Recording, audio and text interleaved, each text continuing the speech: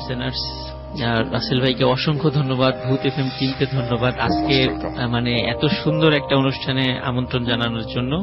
বিশেষ করে এখানে আসার পর রাসেল ভাই মানে সবকিছু খুব এনজয় করছে স্টিল নাও। বিশেষ করে আমি আর ফান্নান মনে হয় যতজন গেস্ট আসছে সবচেয়ে বেশি এনজয় করেছে আমরা দুইজন। তো অসংখ্য ধন্যবাদ আপনাদেরকে, ভূত এফএম টিমকে এবং হোটেল 6 সিজনের কর্তৃপক্ষকে, তাদের মানে সবার সম্মিলিত প্রচেষ্টা এত সুন্দর একটা মানে আয়োজনের জন্য। আসলে আমি এখন যে ঘটনাটি শেয়ার করতে যাচ্ছি সেই ঘটনাটি একটি বিল কেন্দ্রিক ঘটনা। তো বিলের বর্ণনাটি আমি আগে দিব, তারপর আমি মেইন ঘটনাতে যাব। এই বিলটি রাজবাড়ী জেলার কালুখালী উপজেলাতে অবস্থিত।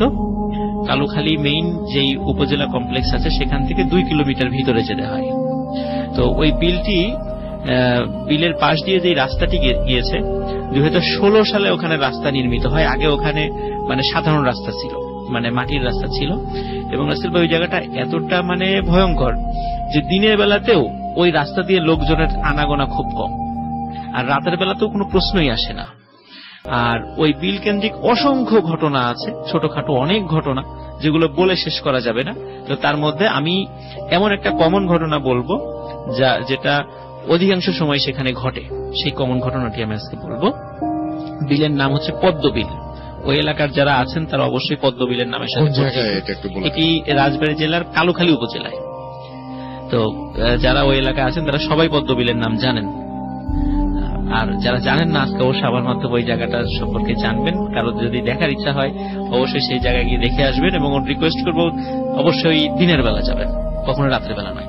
আচ্ছা রাসেল ভাই, ওই পদ্মবিলের ওখানে একটি বড় একটি মানে পাকড় গাছ রয়েছে। আমি নিজে ওখানে গিয়ে দেখে এসেছি এবছরের ফেব্রুয়ারি মাসে গিয়ে, যখন শীত প্রায় শেষের দিকে। তখন আমি রাজবাড়ির যেই আমাদের হরর টিম আছে, যেটা আমাদের ভূত ফ্যান ক্লাব যেটা আছে, ওরা আমাকে বলেছিল যাওয়ার জন্য, ওরা ইনভাইট করেছিল। আমি গিয়ে ওখানে দেখে এসেছিলাম, তখনই ঘটনাটা কালেক্ট করা, কিন্তু বিভিন্ন কারণে বলবো করে বলা হয় না। আজকে হলোইনের প্রোগ্রামে ঘটনাটি শেয়ার করতে চাই। রাসেল ভাই, ওইখানে একজন মানে কৃষক আছেন। তো ওই কৃষকের নাম হচ্ছে হলো জালাল মিয়া। তো উনি খুব দরিদ্র হওয়ার কারণে উনি ওখানে যেই জায়গাটা আছে, ওই বিলটা কিন্তু রাসেল ভাই মানে বর্ষাকালে একদম পানিতে টইটুম্বুর করে, এবং বর্ষাকালে এত পানি হয় যে এই মাথা থেকে ও মাথা দেখাই যায় না, একটা বিশাল সমুদ্র মনে হয়। কিন্তু যদি শুকনার সময় মানে গ্রীষ্মকালীন সময় মানে ওখানে গেলে মানে বিশাল মানে ফসলি জমি দেখা যায়, মনেই হয় না যে ওখানে কোনো বিল রয়েছে। তো উনি অন্যের মানে খেতে চাষাবাদ করতেন, যে চাষাবাদের মানে যে ফসলটা হবে তার অর্ধেক উনি নেবেন, অর্ধেক জমির মালিক নেবেন, এই হলো শর্তে উনি চাষাবাদ করেন। ওনার নিজের কোনো জমি নেই, অত্যন্ত দরিদ্র ব্যক্তি উনি। তো তখন বৈশাখ মাস সময় এই, আর ঘটনাটি 2015 সালের ঘটনা, খুব বেশি দিন আগে না, 2015 সালের ঘটনা। তো বৈশাখ মাস চলে আসে। তো উনি যেই ফসলটি রোপণ করেছিলেন আমাকে বলেছিলেন উনি এক প্রজাতির ধান লাগিয়েছিলেন আর কি। তো ওই ধানটা যখন লাগান, তখন ওনার ওই ধানটা যখন প্রায় পাক ধরে এসছে, তখন ওনার ওই জমির যে মালিক বলেন যে দ্রুত ধানটা কাটতে, না হলে বৈশাখ মাসে ঝড় আসবে, যদি শিলাবৃষ্টি হয় তাহলে ধান নষ্ট হয়ে যেতে পারে। তো তুমি দ্রুত কেটে আমার ভাগেরটা আমার বাড়িতে দিয়ে আসো।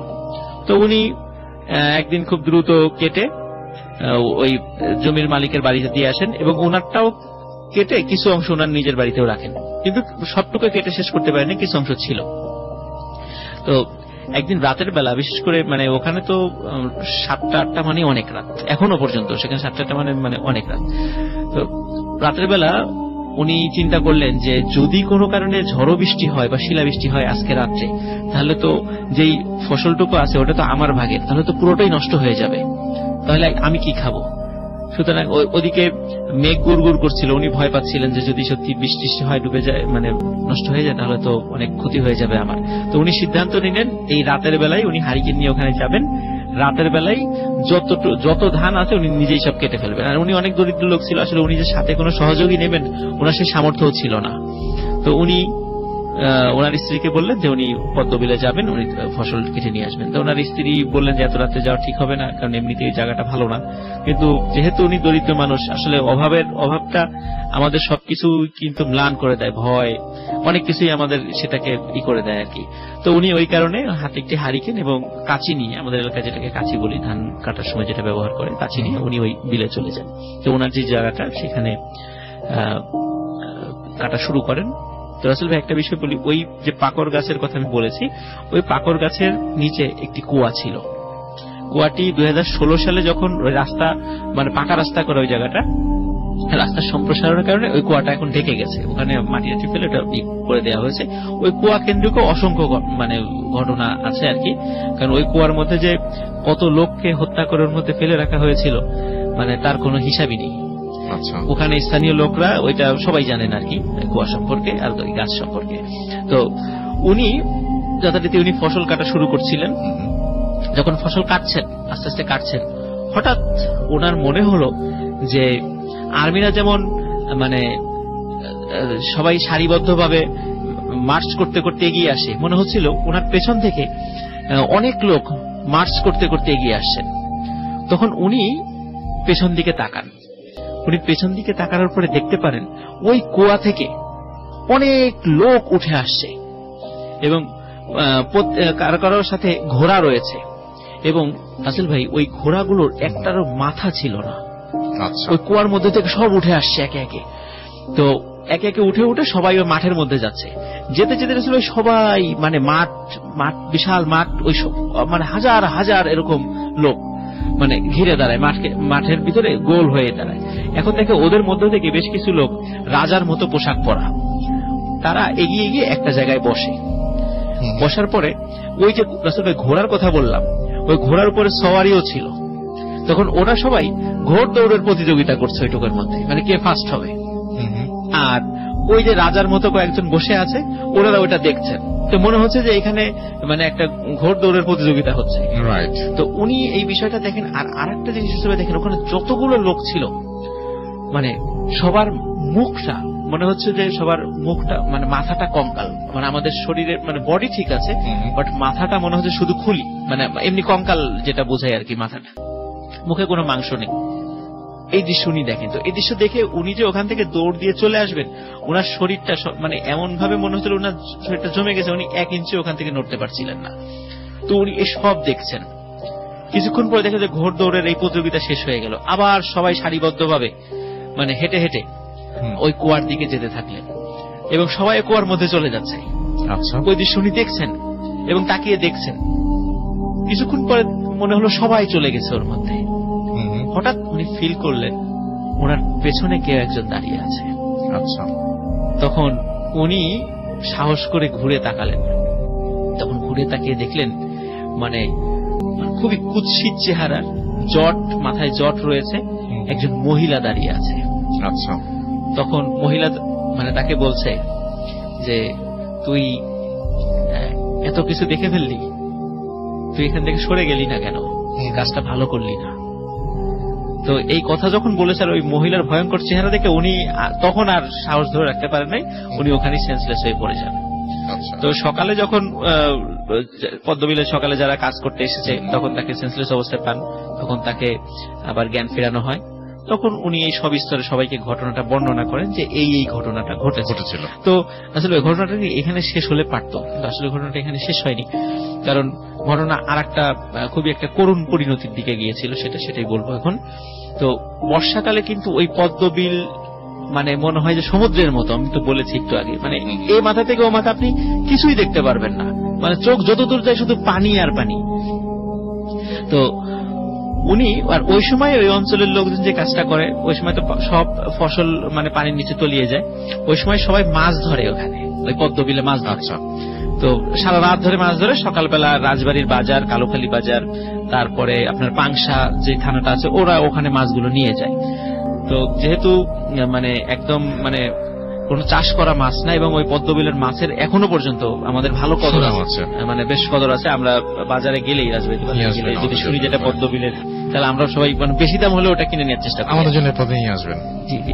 তো ওখানে ওই যে মানে জালাল মিয়া, উনি ওনার সন্তান রয়েছে, 2টো সন্তান রয়েছে, যে সন্তানের বয়স 15 বছর, তো বড় ছেলে আর কি, তাকে নিয়ে রাতের বেলা মাছ ধরতে যেতেন। একটা নৌকাও ছিল, মাছ ধরতে যেতেন।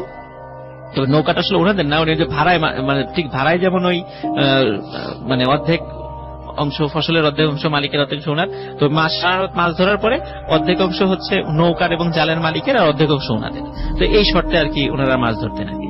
তো যখন মাছ ধরছিলেন হঠাৎ করে মানে জালাল মিয়া বলছে আমার ছেলেকে, বাবা নিচে দেখ তো, মনে হচ্ছে যে জালটা কোনো কিছুতে আটকে গেছে, তো তুই একটু নিচে নেমে জালটা ছাড়িয়ে দে। তো বলছে ঠিক আছে যাচ্ছি। তো সে পানির মধ্যে নামে, ডুব দিয়ে জালটা ছাড়ানোর জন্য যায়, কিন্তু আসলে ভাই ওই ছেলেটা আর উঠে আসছিল না। তো উনি বারবার চিন্তা করছে যে কি ব্যাপার, কোথায় গেল, তো ছেলেটা উঠে আসছে না কেন, ওনার সন্দেহ লাগে। ওনার আশেপাশে আরো যেই নৌকাগুলো ছিল তাদেরকে ডাক দেয়, তারাও আসে।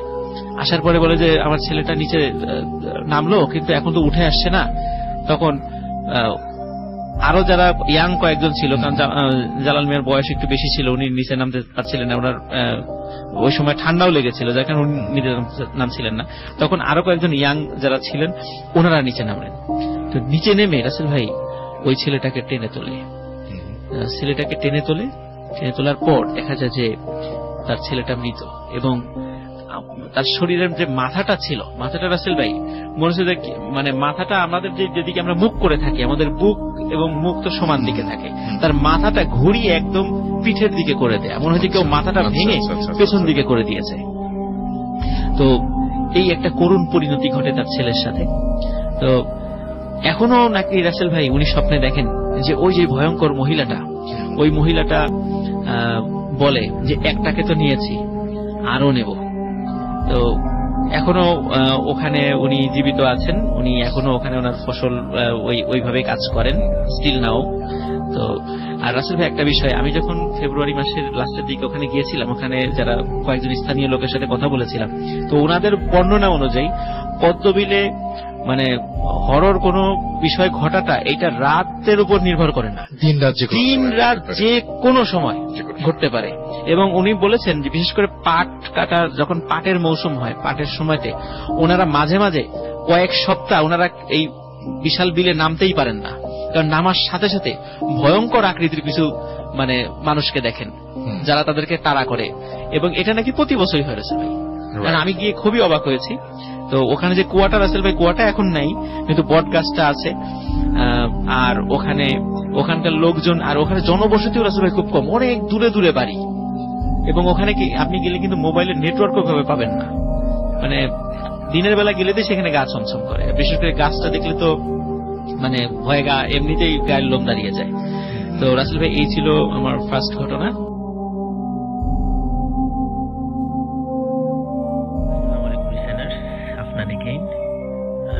এখন যে ঘটনাটি বলবো সেটা আমাদের রাজবাড়ির যে ভৌত স্ট্রিমের সদস্যরা, সচিব ফরহাদুর এই ঘটনাটি কালেক্ট করেছে, আমাকে বলেছে সেটা শেয়ার করার জন্য, সেটাই বলছি।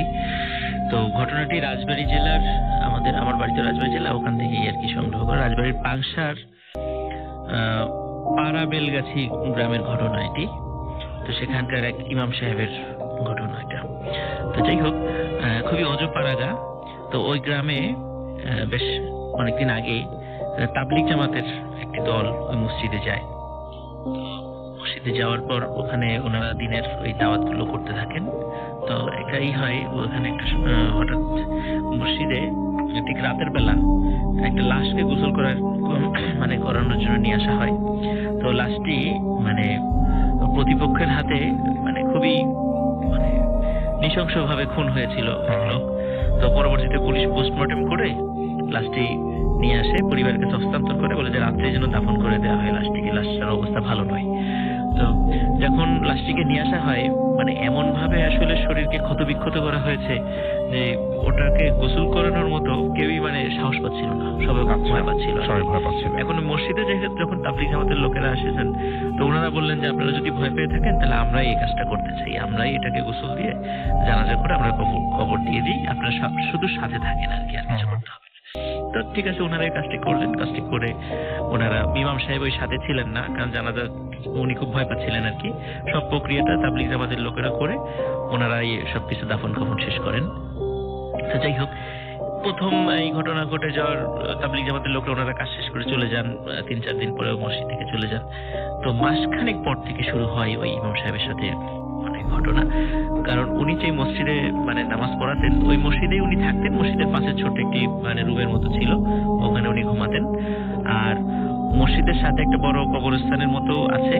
তো ওইখানে ওই মসজিদ থেকে একটু দূরেই একটি লাশ গোসল করানোর জন্য একটা আলাদা ঘরও রয়েছে। আচ্ছা। তো উনি রাতের বেলা হঠাৎ করে শুনেন যে ওই ঘর থেকে লাশ গোসল করানোর শব্দ আসছে, মানে পানির শব্দ, মানে কোনো মানুষ কথা বলছে এরকম শব্দ। তো উনি চিন্তা করলেন এত রাত্রে ঘরের চাবি তো তার কাছে, কিন্তু কে এর ভিতরে ঢুকলো। উনি 7-5 না ভেবে বের হয়ে আসেন। তো বের হয়ে আসার পরে উনি খেয়াল করলেন যে দূর থেকে শুনছেন ঠিকই ওই ঘর থেকে শব্দ আসছে, কিন্তু যখন কাছে গেলেন তখন আর কোনো শব্দ হচ্ছিল না। তো উনি এরকম প্রায় প্রতিদিন এরকম শুনতেন।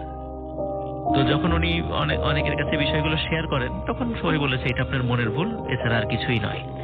তো উনি বেশ এটা নিয়ে খুব ভয়ে ভয়ে থাকলেন। কিন্তু এই ঘটনার ভিতরে ওই গ্রামে আর ওইভাবে কোনো লোক মারা যায় না এবং উনি কোনো জানাজার নামাজও পড়াতে যান নাই। কিন্তু সমস্যা হলো ওই গ্রামে এই কিছুদিন এই ঘটনা যখন ঘটা শুরু করলো, তো এর মধ্যে এই গ্রামে একজন লোক মারা গেলেন। তো যথারীতি ইমাম সাহেব যেহেতু ওখানে একজন মাত্র আলেম ছিলেন ওই গ্রামের মধ্যে, তো তারই জানাজার নামাজ পড়ানোর জন্য তাকে ডাক দেওয়া হলো। তো উনি রাসেল ভাই যখনই জানাজার নামাজের জন্য সেখানে গিয়েছেন, জানাজার নামাজে দাঁড়াবেন, হঠাৎ করে লোকজন দেখলো যে উনি অজ্ঞান হয়ে পড়ে গেছেন ইমাম সাহেব। তখন ধরাধরি করে তাকে জ্ঞান ফেরানো হলো। জ্ঞান ফেরানোর পরে আবার যখন উনি জানাজার নামাজের জন্য দাঁড়িয়েছেন, ঠিক একই রকম ভাবে আবার উনি জ্ঞান হারিয়ে ফেললেন। শেষ পর্যন্ত অন্য জায়গা থেকে লোক ডেকে এনে জানাজার নামাজটা পড়ানো হলো। তো ওনাকে জিজ্ঞেস করা হলো যে আপনি জ্ঞান হারাচ্ছিলেন কেন বারবার? তো উনি ওই সময় কোনো উত্তর দেন নাই। ওই সময় উনি কাউকে কিছু বলেন নাই, বলেছে আমি অসুস্থ হয়ে পড়েছিলাম, এতটুকু বলে উনি ক্ষান্ত হয়েছেন। কিন্তু রাসেল ভাই উনি এরপর থেকে স্টিল না, উনি জীবিত আছেন এখনো, এখন পর্যন্ত কোনো জানাজার নামাজ পড়াতে পারেন না। তার পিছনে কারণ উনি বলেছেন, যখনই উনি জানাজার নামাজ পড়ানোর জন্য দাঁড়ান তখনই দেখেন ওই যে সেই ব্যক্তিটি, যেই ব্যক্তিটির গোসল জানাজা পড়িয়েছিল তাবলিগ জামাতের ভাইরা, তো উনি তো ওটা করার নাই, জানাজা করার নাই ভয়ে। তো উনি দেখেন যে ওই লোকটি ওনার কাছে এসে দাঁড়িয়েছে এবং দাঁড়িয়ে এসে ওনার কোনো কথা ছাড়াই ওনার গলা চেপে ধরেন এবং উনি সেন্সলেস হয়ে যান। ওনার সাথে রাসেল ভাই এখনো এই ঘটনাটি ঘটছে, যিনি জানাজার নামাজ পড়াতে গেলেই ওনার সাথে এই ঘটনা ঘটে। এখন এই ঘটনার পর থেকে উনি এখন আর কোনো জানাজার নামাজ পড়ান না। এই ছিল রাসেল ভাই ঘটনা। ধন্যবাদ।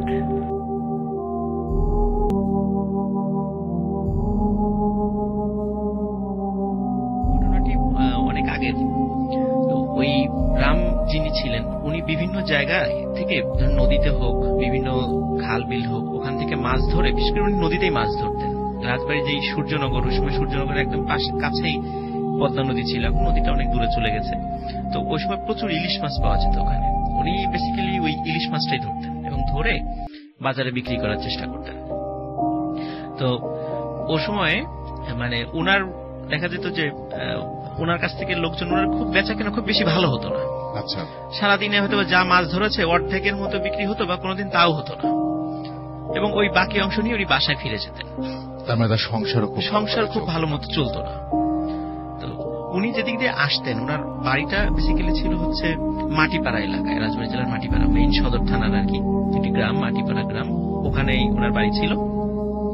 তো ওনার বাড়ি থেকে বাজার থেকে বাড়ি যেতে প্রায় 2 কিলোমিটারের পথ। তো 2 কিলোমিটারের পথ যেতে যেতে একটি বড় আকারের একটা বট গাছ পড়ে। স্থানীয়ভাবে সেই বট গাছটা পীরতলা নামে পরিচিত। এবং আসলে ভাই বট গাছটা একটু বর্ণনা দিই। ওই বট গাছটা কিন্তু অনেক বিশাল, এবং আমরা জানি যে বট গাছে কিছু পরগাছা জন্মে, অনেক বড় কিছু গাছ হয়, খেজুর গাছ হতে পারে, বিভিন্ন ধরনের গাছ হয়ে যায়। ওই বট গাছটা এখনো আছে, যেখানে 7টার উপরে গাছ, ওখানে পরগাছা হয়ে আছে, দেখতেই দিনের বেলা দেখতেই গা ছমছম করে, এরকম অদ্ভুত টাইপের বট গাছ সেটা। তো উনি ওই বট গাছের নিচ দিয়েই সবসময় যেতেন, সে রাত হোক দিন হোক। ওনার সাথে তেমন কখনো ওই ধরনের ভয়ঙ্কর কোনো ঘটনা ঘটেনি। অনেকেই ওই বট গাছের নিচ দিয়ে রাত্রে যাওয়ার সময় বিভিন্ন ধরনের জিনিস, বিড়াল, কুকুর, অনেক কিছু কেউ নাকি সুরে ডাকাডাকি করছে, এরকম অনেক কিছু শুনেছেন, কিন্তু ওনার সাথে এই ধরনের কোনো ঘটনা ওই বট গাছের ওখানে ঘটেনি। তো একদিন মাছ বিক্রি করে ফেরার সময়, তখন ওই দিন ওনার ভালো মাছ বিক্রি হয়নি, উনি বাড়িতে চলে যাচ্ছিলেন। তো ওই সময় ছিল বৈশাখ মাস। তো যখন ওই পীরতলা নামক ওই বট গাছের কাছে উনি চলে আসেন, তখন প্রচন্ড ভাবে ঝড় শুরু হয়ে যায়। আর আরেকটা বিষয় বলি, ওই বট গাছটা এমন জায়গায় যে রাস্তার অপোজিট পাশে একটি অনেক পুরাতন একটা কবরস্থান আছে, এবং সেটা এখনো আছে। আচ্ছা, কবরস্থানটা, বট গাছও আছে, কবরস্থানও এখনো আছে। তো তো উনি ওই ঝড়ের কারণে উনি আর সামনে না বাড়িয়ে উনি ওই বট গাছের নিচেই আশ্রয় নেন। আচ্ছা, তো বট গাছের নিচে ওনার ওনার একটা ভাঙাচোরা সাইকেল ছিল, ওই সাইকেল থেকে মাছের ডালিটা নামিয়ে তো ওই বট গাছের পাশে রাখেন এবং ওখানে উনি আশ্রয় নেন, চিন্তা করে যে ঝড়টা থামলে তারপর উনি যাবেন। তো তখন যেহেতু অপোজিট পাশে একটি কবরস্থান, তো উনি বিদ্যুতের যে ঝলক, যে ঝলকানি, ওই আলোতে দেখতে পাচ্ছিলেন যে হঠাৎ কবরস্থানের মধ্যে কবরের ভিতরে কিছু একটা নড়াচড়া করছে। আচ্ছা, তো উনি চিন্তা করলেন যে এটা কি নড়াচড়া করা, হয়তো শিয়াল বা কুকুর এই টাইপের কিছু হতে পারে। দেখলেন না, নড়াচড়া করতে করতে আস্তে আস্তে উপরের দিকে উঠছে এবং একটা মানুষের আকৃতি ধারণ করছে। তখন উনি আরেকটু খেয়াল করলেন যে বিদ্যুতের ঝলকানিতে ওই মানুষের গায়ে সাদা কাপড়ের মতো দেখা যায়। তো উনি চিন্তা করেছিলেন যে ওই সময় কিন্তু এই যে কাফন চোর, এই মানে কবরস্থান থেকে কাফন চুরির একটা বড় ধরনের একটা প্রবণতা ছিল, এখন সেটা কম দেখা যায়, কিন্তু ওই সময় এরকম কাফন চুরির পেশায় অনেকে নিয়োজিত ছিলেন। তো উনি চিন্তা করেছিলেন যে রাতের বেলায় সম্ভবত এই কবরস্থানে এই কাফন চোররা এসেছে, ওদেরকে উনি দেখছেন। তো উনি কিছু বলছেন না, চুপচাপ বসে আছেন। তো উনি দেখলেন যে না, একজন না, এরকম 5 থেকে 7 জন একই রকম ভাবে কবরের ভিতর থেকে উঠলো এবং উঠে তাদের প্রত্যেকের শরীরেই মানে কাফন জড়ানো। উনি চিন্তা করেন কাফন চোর যদি হয় নিশ্চয়ই গায়ের সাথে জড়ানো থাকবে না, তবে হাতে থাকবে বা ব্যাগের মধ্যে ভরে নিয়ে চলে যাবে, কিন্তু গায়ের সাথে জড়ানো থাকবে। তো উনি একটু চিন্তা করলেন যে হতে পারে হয়তো চোর ডাকাতও হতে পারে, এরকম একটু সন্দেহ করলেন যে অন্য রকমের কিছু হতে পারে তারা। তো উনি চুপচাপ বসে আছেন। তো ওই 5-7 জন লোক কবরস্থান থেকে সুন্দর করে বের হয়ে এসে ঠিক বট গাছটার কাছে আসলেন, কাছে এসে ঠিক বট গাছটার পিছনে গিয়ে মিলিয়ে গেলেন। আচ্ছা, উনি চিন্তা করেছেন যে এরা কারা, আমি যে এখানে বসে আছি আমার দিকে একবার তাকালোও না, মানে কোনো ভ্রুক্ষেপই নেই। উনি একটু অবাক হলেন এবং পরে চিন্তা করেন আসলে উনি যেটা দেখেছেন হয়তো এটা কোনো প্যারানর্মাল বিষয় হতে পারে, উনি তখন সেটা নিশ্চিত ছিলেন না। তো উনি পরে মাছের ঝুড়িটা নিয়ে আবার যখন ঝড় থেমে গেছে, উনি মাছের ঝুড়িটা নিয়ে আবার সাইকেলের পিছনে রেখে ওখানে বেঁধে উনি আবার বাড়ির দিকে যাত্রা শুরু করলেন। হঠাৎ উনি ফিল করলেন ওনার মাছের মানে ঝুড়ির মধ্যে কিছু একটা নড়াচড়া করছে। তো উনি মনে করছেন হয়তো সাইকেল চালাচ্ছে, মাটির রাস্তা, হয়তো কোনো কারণে ঝাঁকির কারণে মনে হচ্ছে, এটা মনে করে উনি বাড়িতে চলে গেছেন। আচ্ছা, তো বাড়িতে যাওয়ার পর ওনার স্ত্রীকে বললেন যে আজকে তো মাছ টাছ তেমন বিক্রি হয়নি, যতটুকু মাছ আছে তুমি একটু কুটে রান্না করো। তো ওনার স্ত্রী মাছের ডালি খুলে তো অবাক, বলে যে মাছ কি রান্না করবো, ভিতরে একটা মাছও নাই। আচ্ছা, তোমরা কি বলো মাছ নাই, আমার তো অনেক মাছ ছিল, ওগুলো তো বিক্রি হয়নি। তখন বলে তাহলে মনে হয় পথে পড়ে টরে যেতে পারে। তখন উনি চিন্তা করেন পথে ওই বট গাছের নিচে ওই অদ্ভুত টাইপের কিছু লোক, তারপরে ওই ঝুড়ির সাইকেল চালিয়ে আসার সময় ভিতরে নড়াচড়া, এটা ওনার মনে একটা সন্দেহের উদ্বেগ করে। তো তখন উনি তেমন কিছু বলেন এবং চিন্তা করেন যে এরকম হতেই পারে, যেহেতু মাছ নিয়ে রাত্রেবেলা আসতে হয় প্রতিনিয়ত, এরকম দু একটা ছোটখাটো ঘটনা ঘটতেই পারে। এটা নিয়ে উনি অত কিছু চিন্তা ভাবনা করেননি। তো পরের দিন যখন উনি বাজার থেকে ফিরছিলেন, ফেরার সময় 3 জন লোক, মানে গ্রাম্য চেহারা 3 জন লোক, লুঙ্গি পরা, মানে খালি গায়ে, তো বলতেছে যে ভাই আপনার মাছ তো খুব ভালো, খুব স্বাদ, তো আপনি ওই বাজারে বিক্রি না করে রাতের বেলা এখানে যে জঙ্গল আছে, জঙ্গলের ভিতরে একটা বাজার বসে, আপনি এখানে এসে মাছ বিক্রি করেন। বলে কি বলেন, জঙ্গলের মধ্যে আবার বাজার আসবে কোথেকে? এই ধরনের ঘটনা তো কখনো শুনিনি। আসলে এখানে একটা বিষয় বলে দিই, মাটিপাড়া, বেসিক্যালি মাটিপাড়া এবং বেথুলিয়া এই জায়গার ঠিক মাঝামাঝি জায়গায় একটা জঙ্গল রয়েছে। এখনো ওটা খুব একটা ঘন জঙ্গল, ওখানে যদি এখনো অনেকটা পরিষ্কার হয়ে গেছে, এখনো যদি ওখানে কেউ ঢোকে সে দিক হারিয়ে ফেলবে, এইরকম অবস্থা এখনো। ওই সময় তো আজ থেকে 40-50 বছর আরো ভয়াবহ ছিল। তো উনি বলেন যে জঙ্গলের মধ্যে আবার বাজার আসবে কোথেকে? তো বলেন না, আপনি আসেন, রাতের বেলা আসেন, যখন রাত বেশি হয়ে যায় তখন আসেন, আসলেই দেখতে পারবেন।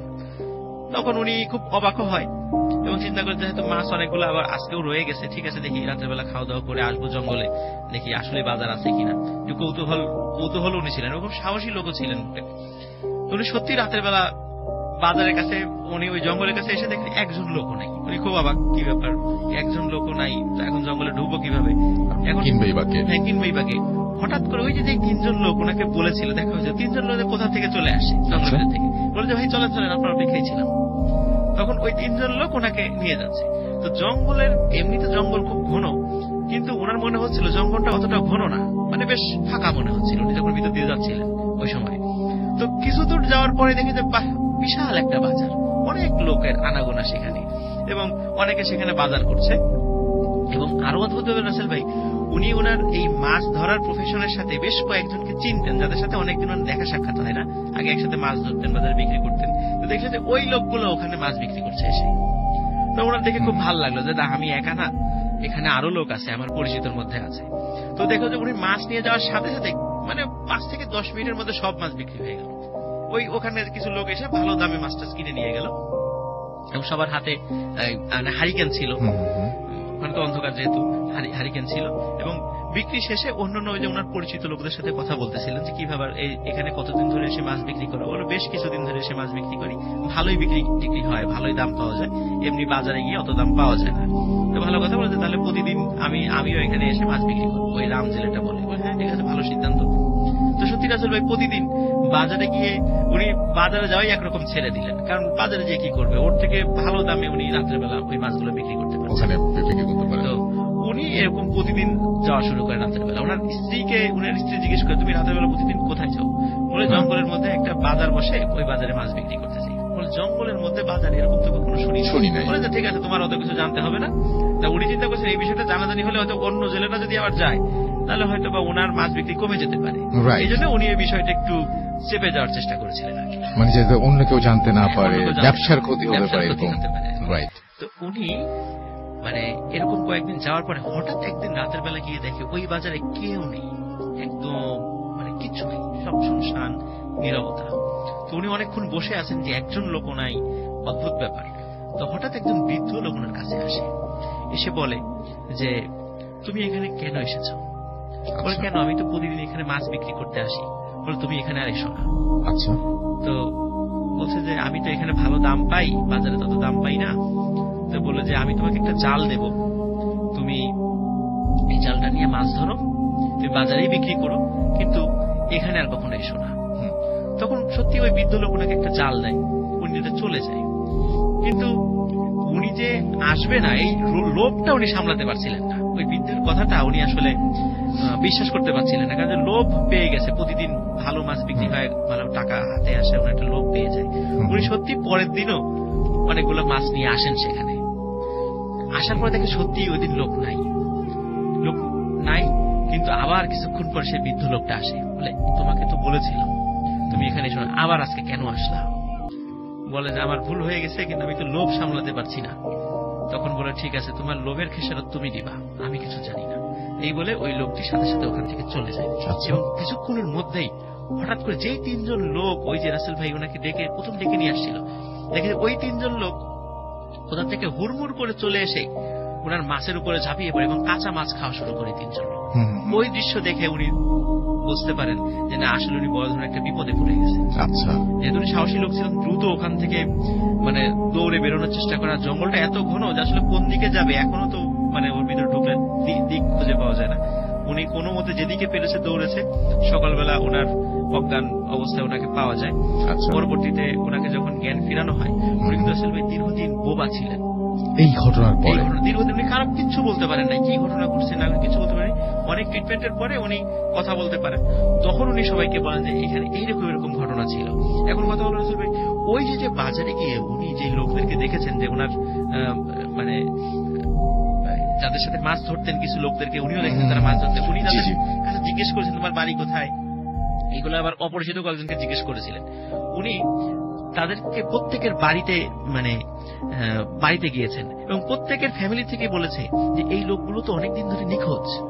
মাই গুডনেস, অনেকদিন ধরে নিখোঁজ। কিভাবে নিখোঁজ? যে ওনাদের স্ত্রী বলছে যে এরকম তারাও বলতো যে রাতের বেলা বাজারে মাছ মাছ বিক্রি করতে যায়, একটা জঙ্গলের ভিতরে বাজার আছে, মাছ বিক্রি করতে যায়, কিন্তু এরকম প্রতিদিন যায়, হঠাৎ একদিন আর ফিরে আসেনি।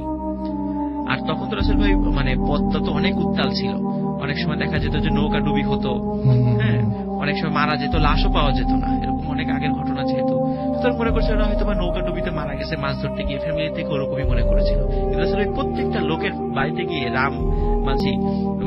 রাম জেলে খবর নিয়েছে যে 5-6 জন লোকের সাথে পরিচয় হয়েছিল, প্রত্যেকেই নিখোঁজ এবং প্রত্যেকের ফ্যামিলি থেকে বলেছে উনি রাতের বেলা প্রত্যেকে এক অদ্ভুত জঙ্গলের মধ্যে বাজারে গিয়ে মাছ বিক্রি করতে যেতেন।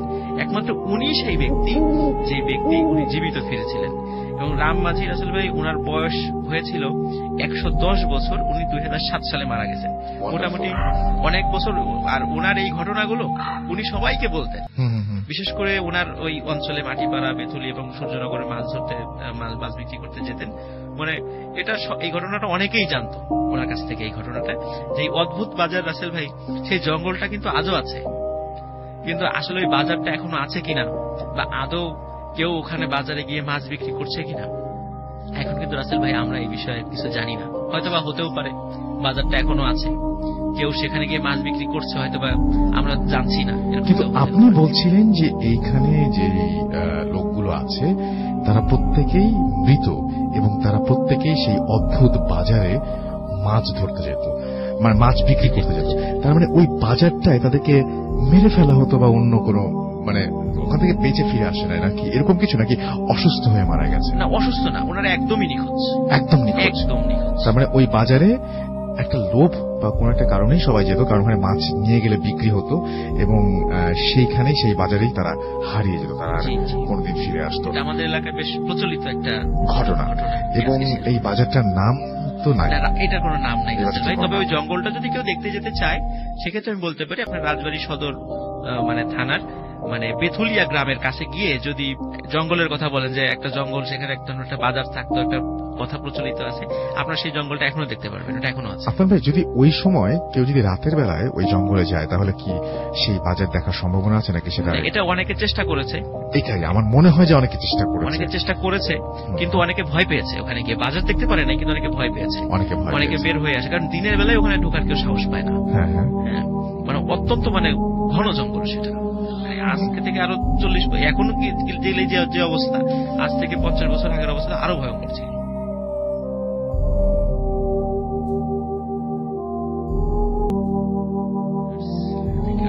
সুযোগ করে দেওয়ার জন্য এখন যে ঘটনাটি শেয়ার করব সেটা রাজবাড়ির ঘটনা।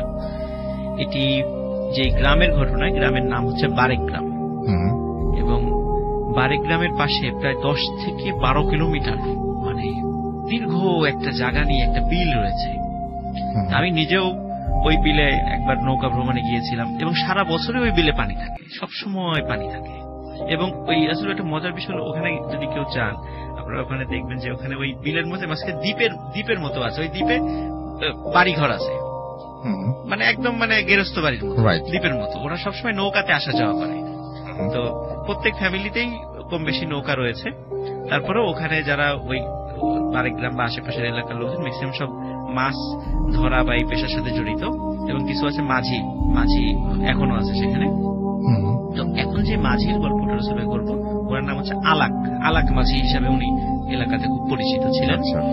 তো উনি ওই দিনের বেলা, অনেক মাঝি হলো দিনের বেলা যাত্রী টানে, তো উনি যে কাজটা করতেন উনি আসলে দিনে টানতেন না, উনি রাতের বেলা টানতেন। এই কারণ জিজ্ঞেস করলে উনি বলতেন যে রাতের বেলা অনেকে মানে বাড়ি ফিরতে পারে না, কোনো কারণে দেরি হয়ে যায়, নৌকা থাকে না, তখন উনি রাতের বেলা ওই কাজটা করতেন, যে ওই লোকদেরকে দূর দূরান্তে পাঠিয়ে দিতেন।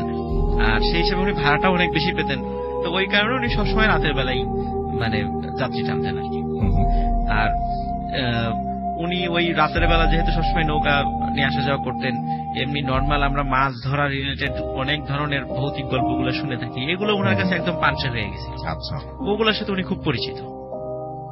তো উনি একবার রাসেল ভাই, উনি বালিয়াকান্দি থেকে রাতের বেলা ফিরছিলেন ওই নৌকাতে করেই, বারিগ্রাম দিয়ে ওই ভিতরে বিল দিয়ে ফিরছিলেন।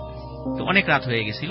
তো হঠাৎ খেয়াল করলেন যে একটা ইসের থেকে, একটা দ্বীপের মতো, ওই যে যেমন ঘর বাড়ি আছে, ওখান থেকে কিছু লোক তাকে ডাকাডাকি করছে। তো উনি সেখানে গেলেন নৌকা নিয়ে। তো বললেন যে, দেখলেন যে ওখানে আর একটা বড় নৌকা আছে, সেই নৌকা ভর্তি লোক। কিন্তু অদ্ভুত ব্যাপার ছিল, ওই নৌকাতে লোক দেখা যাচ্ছে, কিন্তু ওই নৌকাতে কোনো আলো ছিল না। তো উনি দেখলেন যে ওই নৌকার মধ্যে একটা মানে সাদা কাপড় দিয়ে থাকা একটা ডেড বডিও আছে, অনেক লোক আছে, কিছু লোকজন কান্নাকাটি করছে। তো অন্য লোকরা বললেন যে, ভাই আপনি একটা কাজ করবেন, কারণ আমাদের এইখান থেকে লাশটা আমরা শ্মশানে নিয়ে যাব। তো ওখানে আছে ভাই, ওই বারেক গ্রামের কাছে একটা শ্মশান আছে, যেমন হলো আরজুপাড়া, ওখানে একটা শ্মশান রয়েছে, এখনো আছে সেটা। তো বলে যে আমরা ওখানে যাব, তো আমাদের নৌকায় তো জায়গা হচ্ছে না, তো কিছু খড়ি এবং এই একজন মহিলা এবং বাচ্চা আছে, আপনি এটা আপনার নৌকায় ওঠান, আপনাকে ভালো পেমেন্ট দেয়া হবে এর জন্য। তো উনি চিন্তা করলেন যে যাক, অনেক লোকই তো আছে যেহেতু সাথে, সুতরাং এর সাথে যেতে কোনো সমস্যা নেই। তো উনি ওখান থেকে ওই একজন মহিলার সাথে একটা বাচ্চা ছিল, ছোট বাচ্চা, মানে হাঁটতে পারে এরকম হয়তো বা 3 বছর বয়সী বাচ্চা, উনি যেভাবে আর কি পরবর্তীতে বলেছিলেন 3 বছর বয়সী বাচ্চা, ওই মহিলা এবং কিছু খড়ি ওনার নৌকায় উঠিয়ে দেওয়া হয়, এবং উনি ওই বড় নৌকাটার পিছনে পিছনে নৌকাটা বাইতে থাকেন এবং আস্তে আস্তে ফলো করতে থাকেন। তো আস্তে আস্তে সত্যি ওই আর্য গ্রামের ওই শ্মশানটা উনি চিনতেন, যে সত্যি ওই শ্মশানের কাছে ওই নৌকাটা চলে যায়, সবাই শ্মশান ওই নৌকা থেকে নামে, সবাই শ্মশানের মধ্যে ঢুকে যায়, এবং ওনার নৌকা থেকে খড়িগুলাও নামানো হয়, এবং ওই মহিলাও শ্মশানের মধ্যে চলে যায়। উনি জিজ্ঞেস করেছিলেন যে এখানে যে মারা গেছেন এই মৃত ব্যক্তিটা কি হয়, তো উনি কোনো উত্তর দেননি, ওই মহিলা কোনো উত্তর দেন নাই ওই আলাক মাঝিকে প্রশ্ন করলেও। তো অনেকক্ষণ বসে আছেন, এদিকে সকাল হয়ে যাওয়ার উপক্রম হচ্ছে আর কি, কিন্তু ওই সময় তো রাসেল ভাই এমন না যে রাত 12টার সময় নিয়ে গেছেন, ওই সময় গ্রামে কিন্তু 7টা-8টা মানে ওই সময় অনেক রাত। আর তাছাড়া ওই অঞ্চলে এখনো বিদ্যুতের ছোঁয়া নেই, মানে যেহেতু ওটা দ্বীপের মতো একটা বিলের মধ্যে, ওই জন্য ওই সময় ওখানে আসলে এখন বর্তমানে কিছু সৌর বিদ্যুৎ ওখানে আছে, কিন্তু বাট তাও অনেক জায়গায় সেটাও নেই। তো ওখানে উনি যেহেতু সময়টা দেখতে পাচ্ছিলেন না, তো যতটুকু বলে প্রায় 5 ঘন্টাও হয়ে গেছে, একটা লোকও ওনার নৌকার কাছে এসে বলছে না যে কত দেরি হবে বা আরো দেরি হবে কিনা বা হয়ে গেছে, কেউ কিছু বলছে না। এদিকে ওনাকে কেউ টাকা পয়সাও দেয়নি, উনি ওটা বসে আছেন। তো উনি বিরক্ত হয়ে নৌকাটা ঘাটে বেঁধে রেখে উনি শ্মশানের মধ্যে গেলেন, যে দেখি লোকজন কি করে, এতক্ষণ ধরে আমার কোনো খোঁজ খবর নিচ্ছে না, বসে আছি আমি। তো উনি শ্মশানে যে বেশ শখ, উনি গিয়ে দেখেন একজন লোকও শ্মশানে নেই। এই যে এত লোক নৌকা আসলো, এরা কোথায় গেল, দেখে একজন লোকও নেই। উনি আরেকটু এগিয়ে গিয়ে দেখলেন যে হ্যাঁ, খুব সুন্দর করে খড়ি টড়ি দিয়ে সাজানো আছে, মানে খড়িগুলো যে চিতা সাজানো আছে, এবং চিতার উপরে একটি মানে কাপড় দিয়ে ডেড বডিও ঢাকা আছে। তো উনি চিন্তা করলেন যে ওখানে যাই, কিন্তু ডেড বডি ঢাকা, আশেপাশে একজন লোক নেই। উনি আরো কাছে যখন গেলেন তখন উনি চিন্তা করলেন, কি মনে করে চিন্তা করলেন যে দেখি তো লাশটা কার, আমি একটু দেখি। উনি কাপড়ের কাপড়টা একটু উঁচা করেন ওখান থেকে, এবং উনি দেখে আরো শক্ত হন যে এই যে একটু আগে যে মহিলা এবং তার বাচ্চাটা নৌকায় বসা ছিল, এই বাচ্চা এবং মহিলা দুইজনকে ওর উপরে শোয়ানো। এই কাফনের কাপড় যখন সরালেন তারপরে উনি এটা দেখছেন। এইটা দেখার পরে উনি চিন্তা করলেন যে এতদিন সেই রকম কোন অনেক ভয়ের ঘটনা দেখেছি, কিন্তু ভয় লাগেনি, বা এগুলো আমার কাছে একদম পানি হয়ে গেছিল দেখতে দেখতে। এখন যে ঘটনাটা ঘটলো, উনি চিন্তা করলেন যে এখন যেভাবে এখান থেকে আমাকে চলে যেতে হবে। উনি মনে একটু সাহস রাখলেন যে তারপর আমাকে বের হতে হবে, বিপদে একটা পড়ে গেছি। তো উনি যখন বের হতে যাবেন, হঠাৎ করে ওনার লুঙ্গিতে একটা টান অনুভব করলেন, আচ্ছা, যে মনে হচ্ছে কি একটা টেনে ধরেছে। উনি সাহস করে ঘুরে তাকালেন যে আসলে কি দেখি। তখন উনি দেখলেন ওই ছোট্ট বাচ্চাটি, ওই বাচ্চাটি ওনার লুঙ্গিটা টেনে ধরে রেখেছে, এবং বাচ্চাটি ইশারা করে তার মায়ের দিকে তাকিয়ে কি যেন একটা ইশারা দিয়ে বলতে চাচ্ছে। তো উনি এইটা দেখে আর ওনার আর সাহসটা উনি একদম হারিয়ে ফেলেন। উনি প্রাণপণে সেখান থেকে দৌড়ানো শুরু করেন। দৌড়াতে দৌড়াতে উনি ওই ওনার নৌকার কাছে গিয়েই সেন্সলেস হয়ে পড়ে যান। পরবর্তীতে ওনাকে যখন উদ্ধার করা হয়, তখন উনি বলেন যে উনি রাতের বেলা এই ঘটনাটি দেখেছিলেন, কিন্তু অন্য সবাই বলেছে যে না, এরকম কোন, আমরা তো এই ধরনের কোন বিষয় জানি না যে রাতের বেলা এই ধরনের কোন লাশ আসে নাই। এটাই স্বাভাবিক, কারণ এটা ভৌতিক ঘটনা ছিল। উনি এটা কৌতূহল হয়ে ঠিক যেই জায়গা থেকে উনি এই তাদেরকে রাত্রেবেলা উঠিয়ে নিয়ে এসেছিলেন, উনি নৌকা চালিয়ে সেই জায়গায় যান, কিন্তু উনি ফাইন্ড আউট করেন উনি যে জায়গা থেকে নিয়ে এসেছিলেন সেই জায়গাটা দ্বীপের মতো আছে বটে, কিন্তু টোটালটা একটা জঙ্গলের মতো। ওখানে কোনো ঘর বাড়ি নেই, মানুষ থাকার তো প্রশ্ন আসে না, ছোট ছোট দ্বীপের মতো আছে একটা টোটাল জঙ্গল। তো উনি পরবর্তীতে অনেকের সাথে ঘটনাটা শেয়ার করেন। তো শেয়ার করার পর রাসেল ভাই যে বিষয়টা জানা যায় সেটা হচ্ছে একটা মারাত্মক একটা বিষয়। সেটা হচ্ছে যে মহিলা এবং বাচ্চাকে উনি দেখেছিলেন, সেই ওনার স্বামী সাপে কেটে সাপের কামড়ে মারা যায়। মারা যাওয়ার পরে ওনার স্বামীর অনেক সম্পত্তি ছিল, কিন্তু ওনার অন্য ভাইয়েরা ওই বাচ্চাকে এবং ওই সন্তানকে এবং ওনার স্ত্রীকে সম্পত্তি থেকে বঞ্চিত করার জন্য ওই বাচ্চা এবং ওনার মাকে খুব কৌশলে হত্যা করে। আচ্ছা, হত্যা করার পরে খুব দ্রুত, মানে থানা পুলিশকে জানতে দেওয়ার আগে খুব দ্রুত, এটা অনেক আগের ঘটনা আর কি, তখন তো আর ওই বারেক গ্রামটা এমনিতেই খুব নির্জন, ওখানে কি ঘটনা ঘটছে না না ঘটছে এটা আসলে প্রশাসনের কাছে ওইভাবে খবর পৌঁছাতে অনেক সময় লাগে, এখনো সময় লাগে। এখন এই উন্নতির সময় আপনি মোবাইল। বললেন যে আমি বর্ণনা দিচ্ছিলাম যে আমি কিছু ফুটেজ দেখেছি, এবং আপনি বলেন যেটা ওই গ্রামেরই ফুটেজ। আমি দেখছি কতটা প্রত্যন্ত, এটা যারা অনেক জানেন প্রত্যন্ত। চেনেন তারা হয়তো বলতে পারবেন। তো তারা দ্রুত ওই শ্মশানে এনে ওদেরকে মানে দাহ করে, যাতে করে কোনো প্রমাণ না থাকে। বলে যে এরা মানে পেটের পীড়ায় মারা গেছে, ডায়রিয়া বা এই টাইপের একটা খবর রটায় দেয়, এই মা এবং বাচ্চা দুজনে পেটের পীড়ায় মারা গেছে। তারপর থেকে রাসেল ভাই এখনো নাকি, উনি তো দেখেছেনই, এখনো ওই মহিলা এবং বাচ্চাকে অনেকেই দেখে যে যদি কেউ নৌকা নিয়ে যেতে চায়, অনেকেই দেখে যে ইশারা করে ডাকছে যে আমাদেরকে একটু নৌকায় পার করে দাও, আমরা একটু শ্মশানের দিকে যাব। এখনো অনেকে ওটা দেখেন। এটাই ছিল রাসেল ভাই ঘটনা।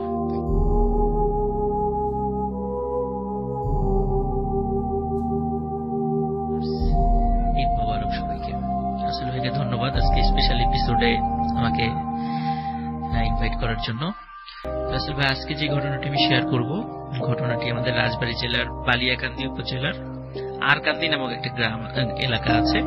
সে এলাকায় আমাদের জেলার অত্যন্ত প্রাচীন এবং খুবই পরিচিত একটা অনেক বড় একটা শ্মশান আছে, যেটা আরকান্দি শ্মশান নামে পরিচিত।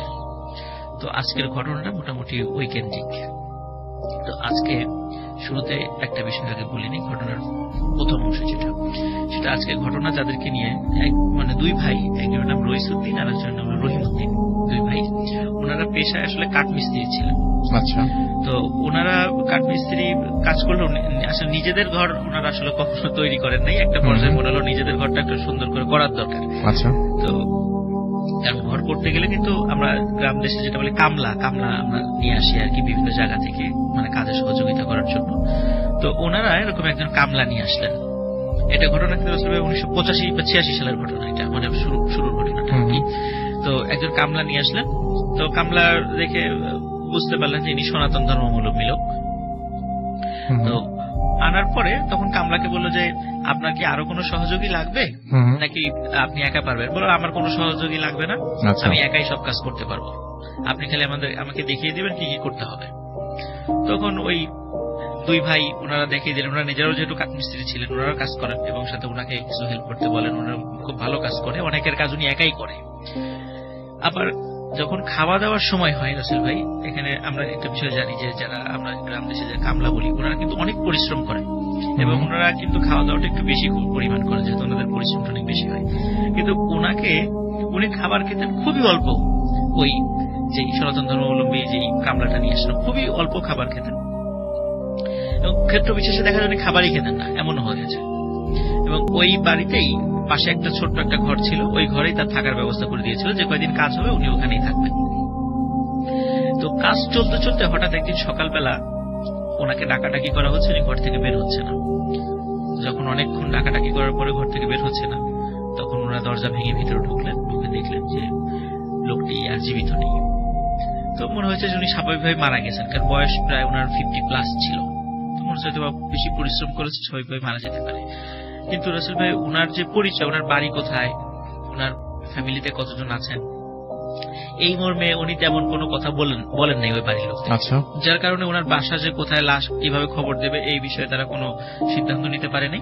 যেহেতু মারাই গেছেন এবং বোঝা যাচ্ছে যে উনি সনাতন ধর্মাবলম্বী, তো তার ধর্ম অনুযায়ী তাকে মানে দাহ করা হবে, এই বিষয়ে তারা সিদ্ধান্ত নিন। এবং স্থানীয় যারা ওই শ্মশানে যে পুরোহিত ছিলেন বা এই পুরানো সংক্রান্ত কাজ যিনি মানে তত্ত্বাবধান করতেন, তার সাথে যোগাযোগ করা হলে বলে আচ্ছা ঠিক আছে, তাহলে আমরা এটাকে দাহ করবো বলে সিদ্ধান্ত হলো আর কি।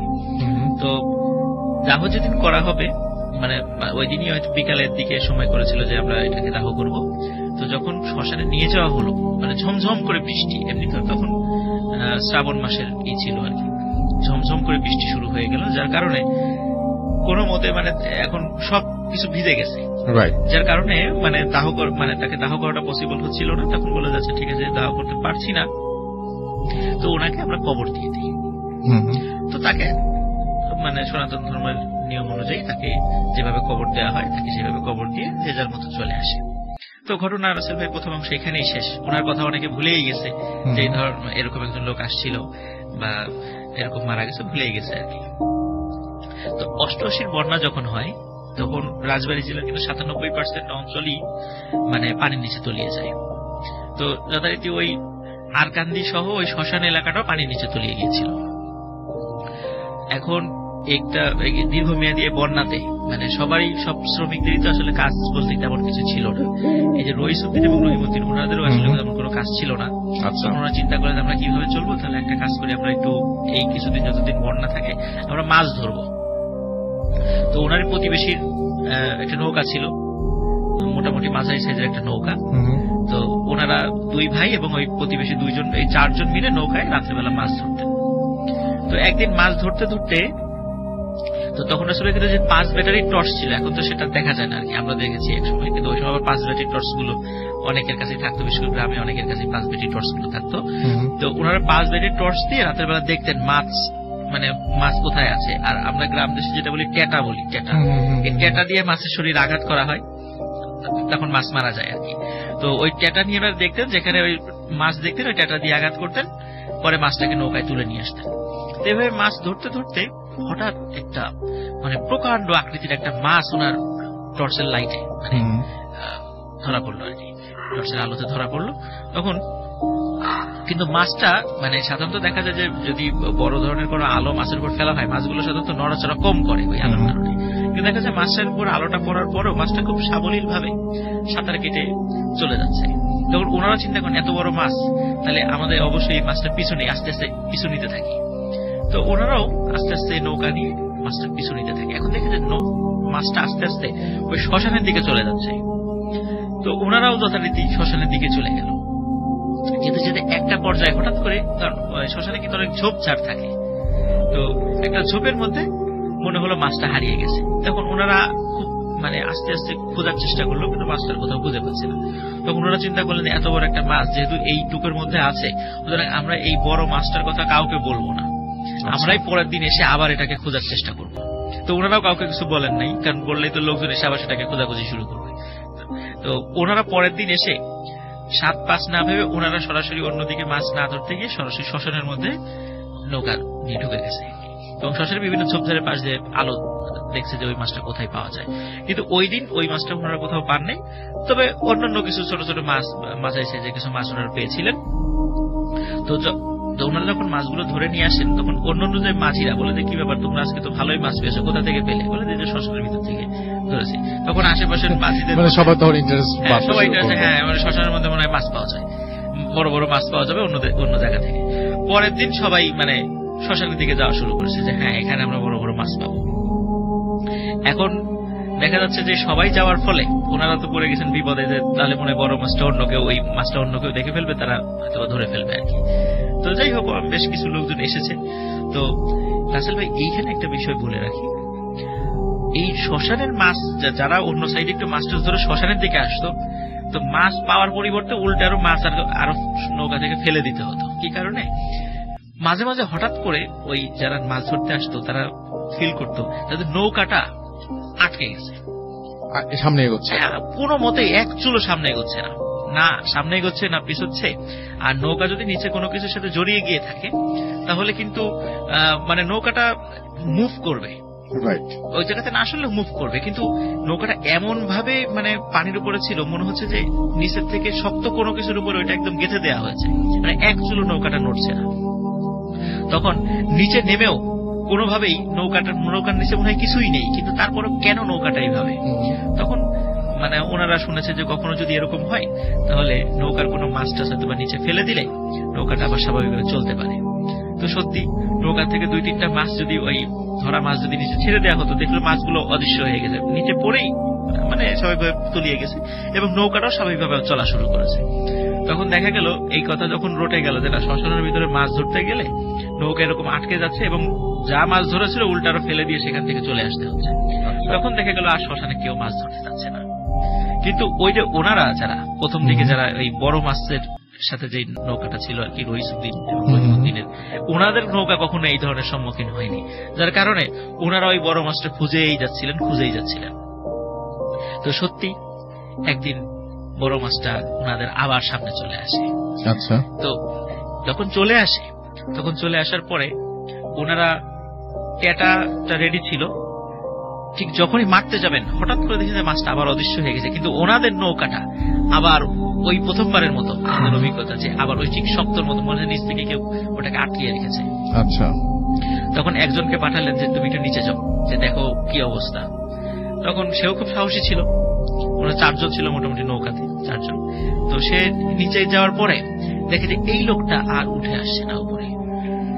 তখন সবাই চিন্তিত হয়, কি ব্যাপার, ডুব দিলে এতক্ষণে উঠে আসছে না, মানে সবাই খুব চিন্তিত হয়ে পড়লো।